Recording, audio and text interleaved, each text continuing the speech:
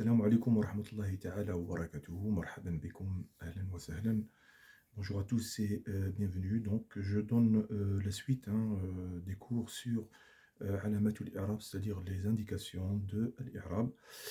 Et on a fini, si vous avez suivi les vidéos précédentes, on a fini le cas nominatif, al-rafa'. On a donné toutes les indications qui peuvent exister pour reconnaître si le mot il est au cas nominatif, c'est-à-dire marfou'.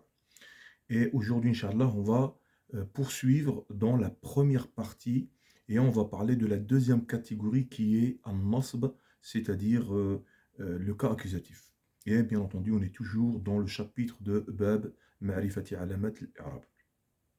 Bab Ma'rifati Alamat al-I'rab, on avait dit que ça voulait dire le chapitre de la connaissance des indications de l'I'rab. Et l'I'rab, c'est quoi l'I'rab? On l'a expliqué tout au début, c'est l'expression en analyse des mots de la phrase.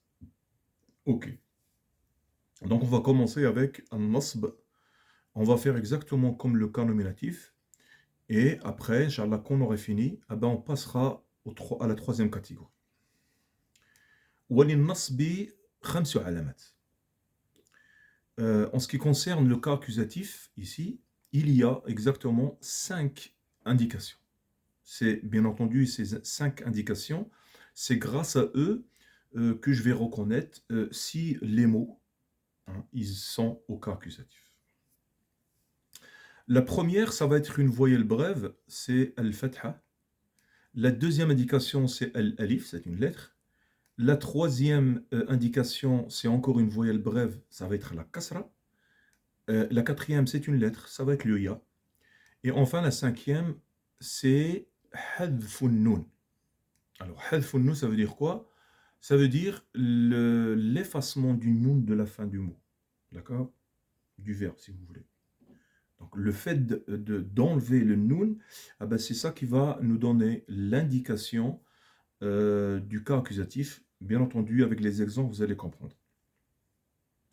Alors, on va faire comme le cas nominatif. On va prendre d'abord la première indication, qui est ici al-fatha, et on va l'étudier. On va voir combien de lieux elle peut être présente pour nous donner l'indication du cas accusatif.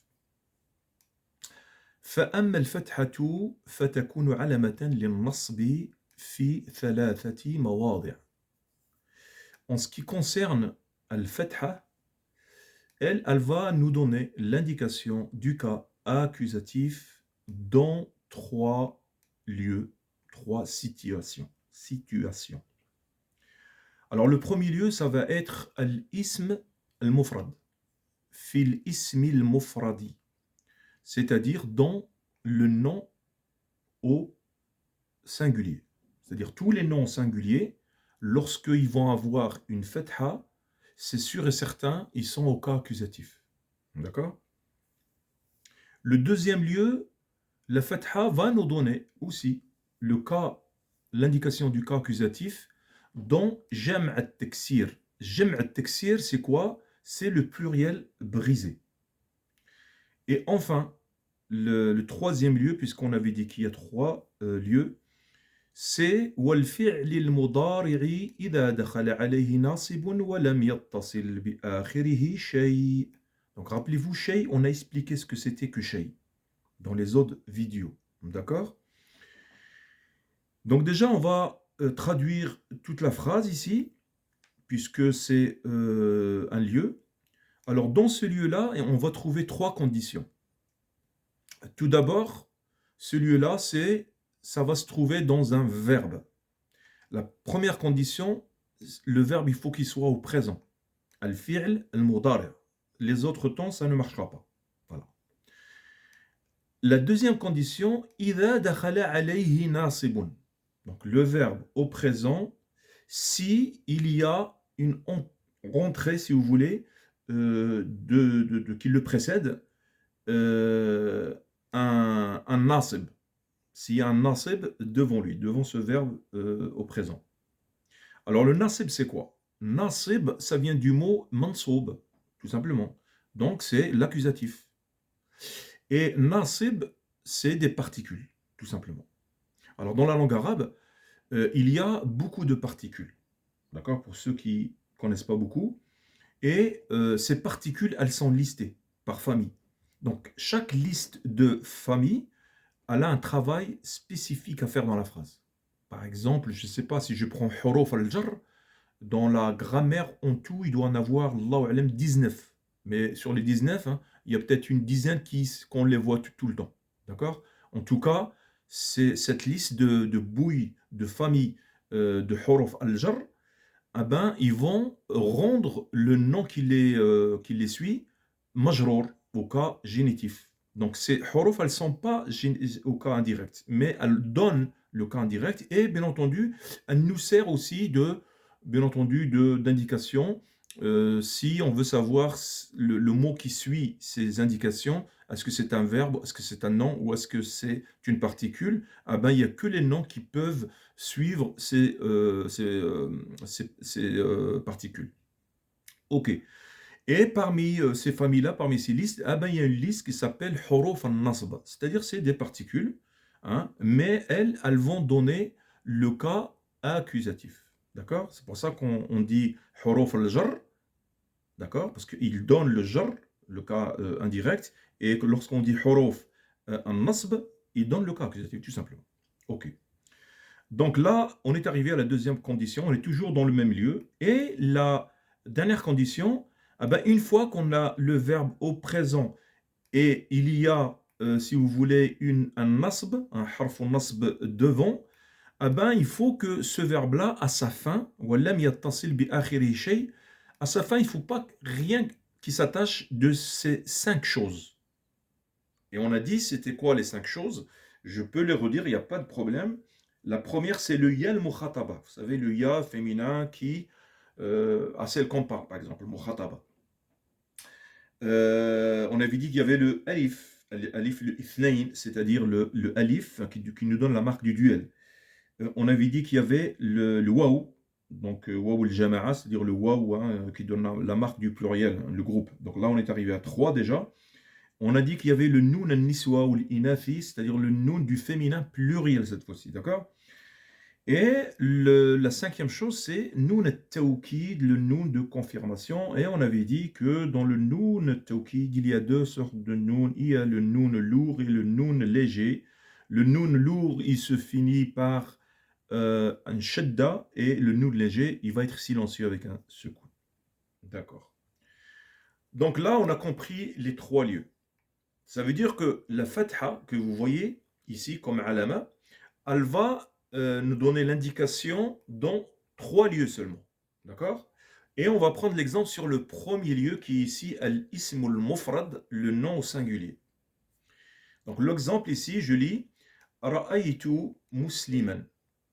Ra'aytu musliman. J'ai vu un musulman. Ok.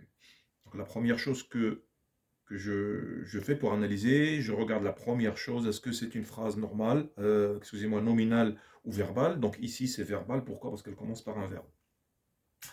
Mais le mot qui nous intéresse ici, bien entendu, c'est musliman. Et musliman, je constate qu'il a un ténuin de fatha. En fait, l'arabe c'est ça. C'est le damma ici, et c'est le ténuin ici. Alors, déjà, s'il a un ténuin de fatha, tout simplement, vous avez compris, parce que c'est un nom qui est indéfini. Il aurait été défini, il n'aurait pas le alif ici, et le mim, on l'aurait descendu avec sa queue, et on aurait mis juste une fatha. En tout cas, que ça soit ténuin ou non, ça va nous donner l'indication. Comme ici, c'est l'indication accusative, c'est un ténuin, mais ça aurait été une fatha, c'est la même chose. Ça veut dire l'indication, elle ne va pas changer. Ce n'est pas parce que c'est un ténuin qui va être plus fort qu'une fatha. D'accord? Alors maintenant, il faut se poser la question, pourquoi ce mot, ben, il est au cas accusatif? D'accord? Puisqu'il a l'indication du cas accusatif. Donc, c'est sûr et certain, ce n'est pas le sujet. On avait dit que le sujet, le nom au singulier qui est sujet, son indication, c'est la damma. Donc ici, il n'est pas sujet. Donc, pour faire attention, parce que la fatha, elle va être sur plusieurs types de places. Elle va être d'abord sur tout ce qui est complément d'objet direct. Ça va être, au singulier, ça va être une fatha, c'est sûr. sur le hal, c'est-à-dire l'état, sur darf zaman, darf al-makan, hein, et d'autres. Après, on verra, Inch'Allah. Donc, pour ça, il faut poser la bonne question. Il y a la question pour trouver le hal, il y a la question pour trouver les autres types. Et pour le complément d'objet direct, il y a une question. Et cette question, elle va commencer par Mada. Et je dirais Mada ra'aytu, qui est-ce que j'ai vu? Ah ben, j'ai vu Musliman. Ra'aytu Musliman. Donc ici, j'ai la preuve que c'est bien le complément d'objet direct. Les ulama de la grammaire, ils ont dit que le complément d'objet direct, il sera tout le temps au cas accusatif.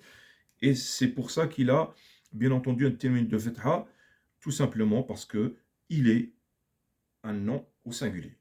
Donc, en arabe, ici, je dirais que Musliman, huwa maf'oulun bihi mansoub. Maf'oulun bihi, c'est-à-dire complément d'objet direct. مفعول به منصوب وعلامة نصبه الفتحة الظاهرة على آخره لأنه مفرد. Musliman, c'est le complément d'objet direct, il est au cas accusatif et l'indication de son cas accusatif, c'est la fatha qui est apparente à sa fin parce qu'il est au singulier. Donc vous avez remarqué, hein, j'ai pas dit et l'indication de son cas accusatif, c'est le ténuin de fatha. J'ai dit c'est la fatha. Donc parce que je l'ai déjà dit dans les autres vidéos que le ténuin an, un, in, il n'est pas reconnu dans l'Arab. Voilà. Donc, Inch'Allah, ça c'est bon. J'aurai pas le temps dans cette vidéo pour faire la suite. On fera ça dans une autre vidéo, Inch'Allah, les deux. Et là, je vois qu'il me reste un tout petit peu de temps. On va essayer d'expliquer un peu le verbe vite fait. Donc ici, le verbe, il est au passé. Alors, comment ça se fait que je dis qu'il est au passé? Ben, tout simplement, je peux dire que ce verbe-là, il est à sa racine. Et oui, il est à sa racine. Et tous les verbes qui sont à leur racine, ils sont automatiquement au passé. Bien entendu, il y a d'autres indications qui nous montrent que ce verbe, il est au passé, mais là, il est à sa racine. Alors là, vous constatez qu'il y a un secoun ici. Ce secoun, c'est le fondement, l'invariable de ce verbe. Parce qu'on dit que le passé, il est invariable. Huwa mabni, c'est-à-dire, il est comme les particules, il ne va pas être arabisable. D'accord? Et le ta que vous voyez ici, ah ben, il ne fait pas du tout partie du verbe, vous avez compris, c'est un pronom attaché. Donc ici, dans l'arabe de ra'aytu, je dirais que ra'a, je dis bien ra'a, parce que c'est la racine, c'est ra'a. C'est pour ça qu'on met un sukoun ici, et pour couper, pour arrêter au ya. Donc ra'a huwa fi'lun madi mabni ala sukoun, tout simplement. Ce verbe-là, il est au temps passé, et il est invariable, ou alors si vous préférez, construit sur le sukoun, tout simplement. La mahalla lahu min al-i'rab. Il n'est pas i'rabisable. Et le tout ici, ben vous allez voir que de son arabe, il va être plus long que ce verbe parce que le tout, il est très important dans la phrase. Ce pronom-là, il est très important dans la phrase. Je dirais tout huwa damirun muttasil mabni ala dam fi mahalli raf' fa'il. Voilà son arabe. Je vais traduire. Le tout que vous voyez ici, je viens de dire qu'il était un pronom attaché. Il ne fait pas partie du verbe. Pronom attaché, il est fondé, il est variable, il est construit sur Adam qui veut dire le cas nominatif. D'accord? On dit pas, ça ne veut pas dire damma, ça ne veut pas dire où. Quand on dit dam, c'est le cas nominatif. Là, et après j'ai dit que il fait office au sujet. C'est-à-dire quelque part, il remplace le sujet. D'accord?